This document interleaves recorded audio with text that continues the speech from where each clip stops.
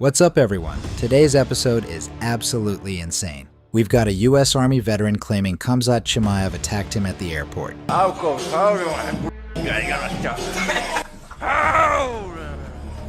Plus, Dana White just went live with some massive news.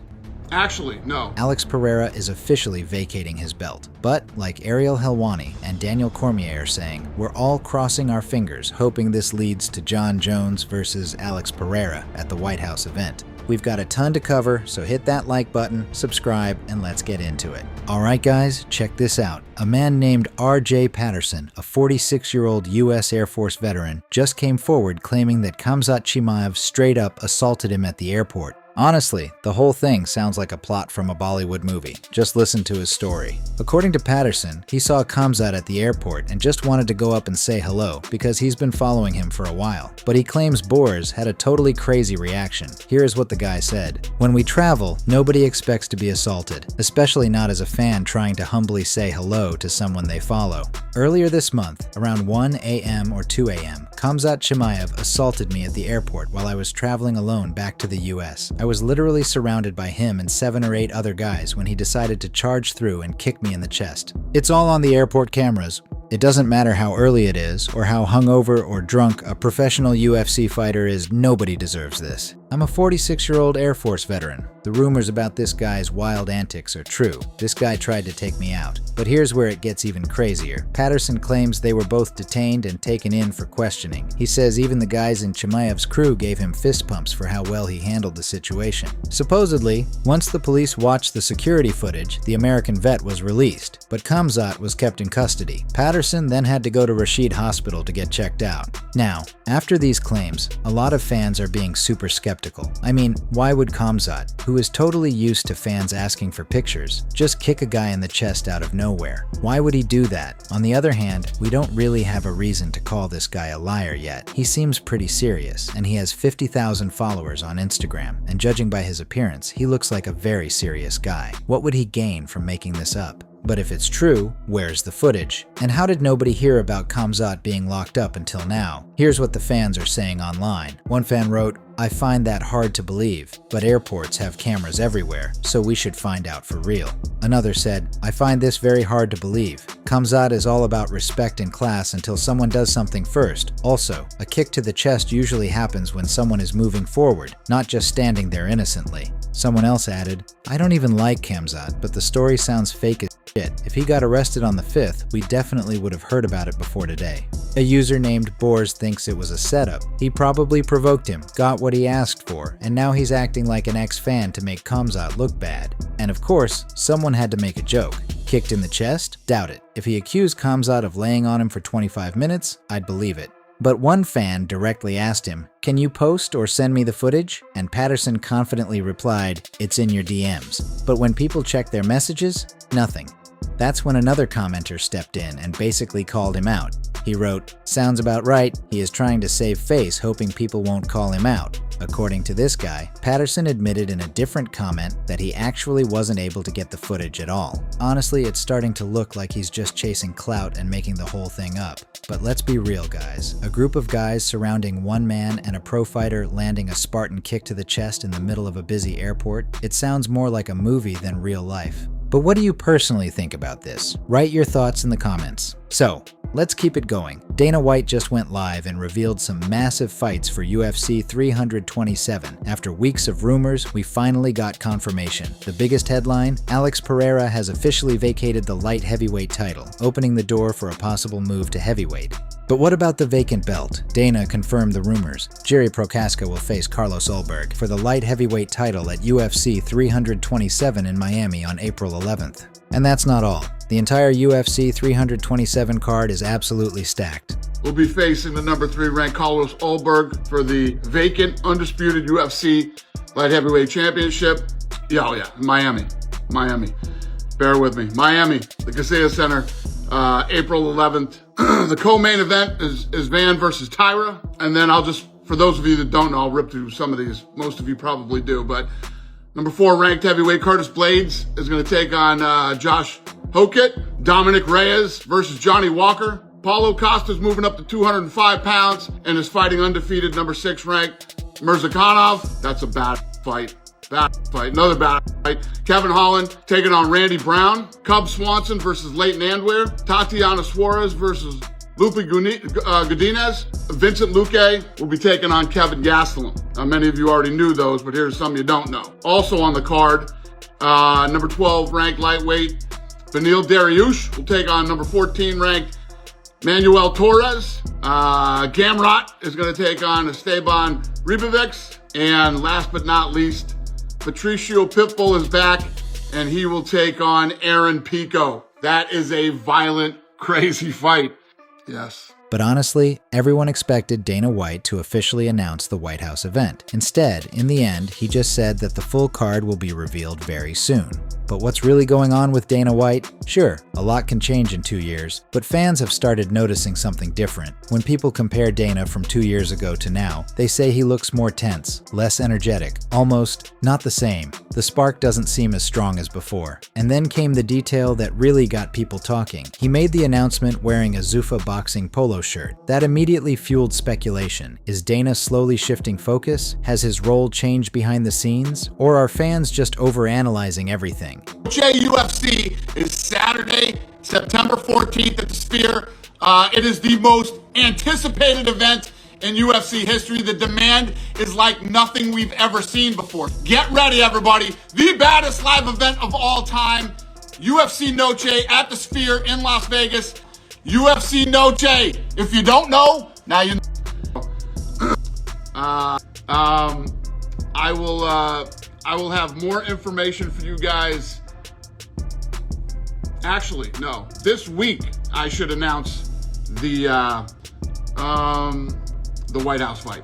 Ariel Helwani revealed that UFC executives are seriously discussing the possibility of a fight between Jon Jones and Alex Pereira. According to Helwani, the idea is being talked about behind the scenes, which immediately sparked major buzz among fans. Alex Pereira is no longer the light heavyweight champion, and I can tell you right here and now that there have been some talks of him fighting Jon Jones on the White House card. Jon Jones on the White House card is not dead. I don't feel, as of right now, a ton of positive momentum in that direction, but I'm not here to tell you that it's dead. There have been talks of this, and I think if they don't get it done, what I'm hearing is they would do Alex versus Ciryl Gane. Now, the only thing bigger than becoming a 3-division champion is being the first guy to beat Jon Jones. He wants that. If he can't get that, he's fighting for interim or, undisputed / vacant gold. And then that would get him to, hopefully, Tom Aspinall when he comes back. Big fight is coming for Alex Pereira. So we're either getting, in my opinion, Alex Pereira versus Jon Jones, or we're getting Alex Pereira versus Ciryl Gane. It doesn't look like it's going to be Conor on the White House card. They have a International Fight Week main event or card scheduled for July 11th in Las Vegas at T-Mobile Arena. There's a greater chance of him fighting on that card than on the White House card, because there's no money to be made. In fact, they keep touting the fact that there's money to be lost from the White House event. Daniel Cormier is also hoping to see Alex Pereira face Jon Jones next, especially now that Pereira has vacated the light heavyweight title. Cormier admitted he's crossing his fingers and hoping the UFC makes Jones versus Pereira happen.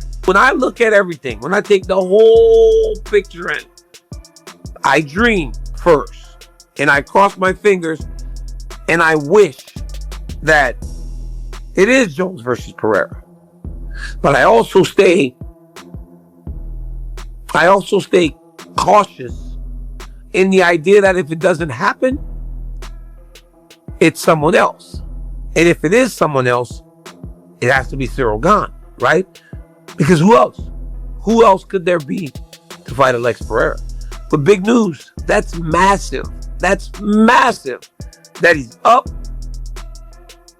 that he's 245 pounds, and that he vacated the championship. Because if he vacated that title, guys, I'm telling you, I believe that he's going to fight for the world title. At the same time, Alexander Volkanovski believes the UFC could adjust its usual title criteria to make sure McGregor headlines the White House event. According to him, leaving Conor off that card simply wouldn't make sense. If, say, Conor is on the card, he's not going to be fighting for a title. Nope. Do they make him a headline still? Like, is he going to be the biggest pull, or what? How does that work? I mean, you can't have Conor McGregor not headline. It wouldn't make sense. Do you think they do that? But I think they would. Title. I think they would. I think they'll have title. It's a White House card. I think this is much bigger than, you know what I mean? I think a few of your standard things are goes out the window for this type of event. So I think they would. Obviously, you could have a Gaethje, and if Conor's not on there, you probably got them headlining. There's whispers of that being the headline. Pereira Jones or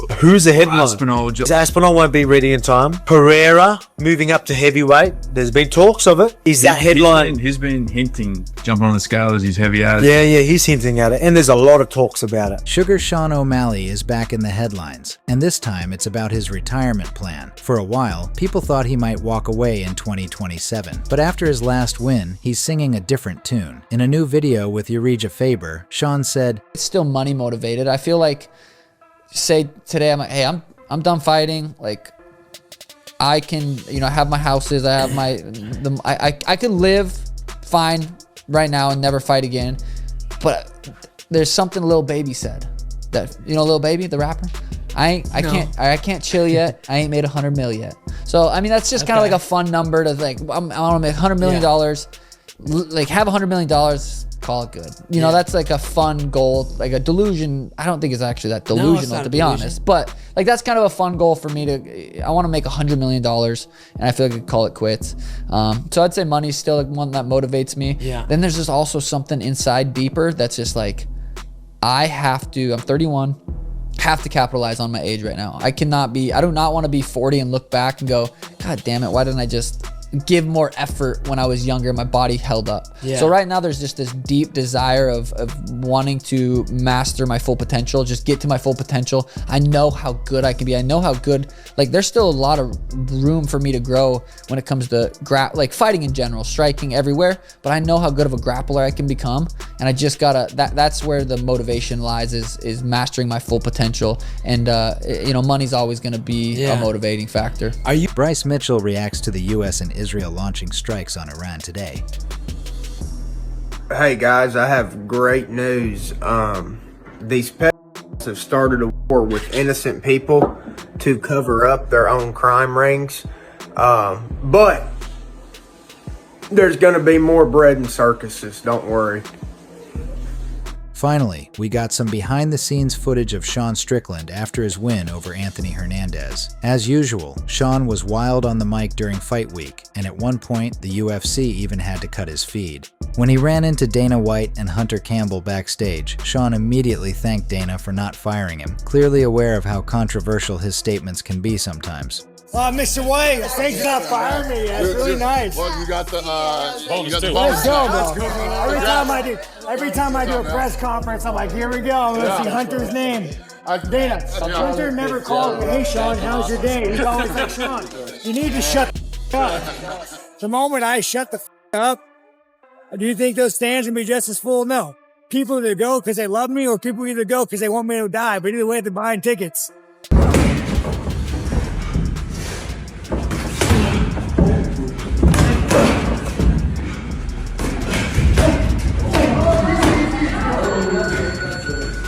He was going harder. Fuck you guys. Come on. That's the problem. That's the problem. He was going harder. I know. Great power. I was being nice. On Friday at the press conference, Arman and his opponent, Giorgio Polius, got into a heated exchange. Arman openly mocked him, calling him a bodybuilder and joking that after beating him on the mat, he might hire him as his bodyguard because he has good muscles. You can talk about anything at the press conference. I think this is pretty exciting, don't you guys? Bro, yesterday we talked and we agreed 10,000. So yes. We're not gonna 10,000 the same conversation because conversation wasn't that good because we have a different amount of money in my package and your package. So let's stay in 10,000. All right, next question. One last question for Arman. I'm sorry, but it's the truth. Sorry. I mean, you see this guy on the internet everywhere flying with all this money. That's somebody kind of who his has image, money, you know? And then you have tools to talk, I like to believe he's taking it serious. If you watch my videos, you can tell that I do know what I'm doing. Anyone that knows wrestling, if you just watch my videos, you can see the technique speaks for itself. So, I mean, I don't know what else much to say about that. You're a blogger. What are you talking about? You never wrestle with coming wrestlers. from you, have you seen your social media? Go eat some more food. Go eat some more food. It's better to eat food than beat some trash kings. Okay. Let's see how you do on the mat with me. Then we'll talk. Let's go. Giorgio. If I beat you, don't go out with this thing anymore, okay? Okay.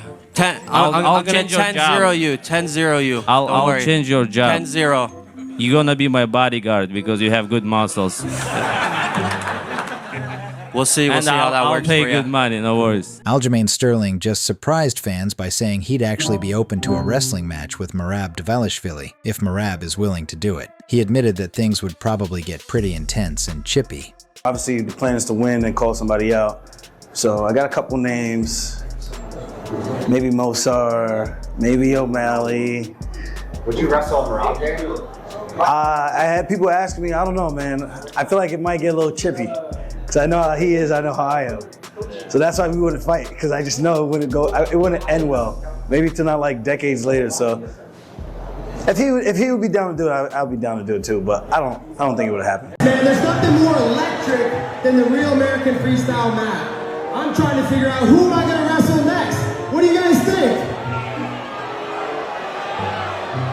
I got a couple names in mind. Yeah, what about that little spoiled brat from Armenia, Arman Tsarukyan? You think him and Cody USA versus America? What do you think? Okay. What about the trilogy with Marty Fake Newsman? I beat him last time we were in Madison Square Garden. Come to the Real American Freestyle mat. I'm going to beat you here, Marty. Come see me. And then I got one more name. Because there's nothing more I like as an American than beating those Canadians' ass. Georgia St. Pierre, where are you at? Let's find out who's the number one takedown artist in World Tour history. Come see me. You know what, Chad Bronson? Let's make this happen. We got big matches coming. God bless you all for coming out here tonight. Enjoy the matches, and you'll see me in Tampa next month.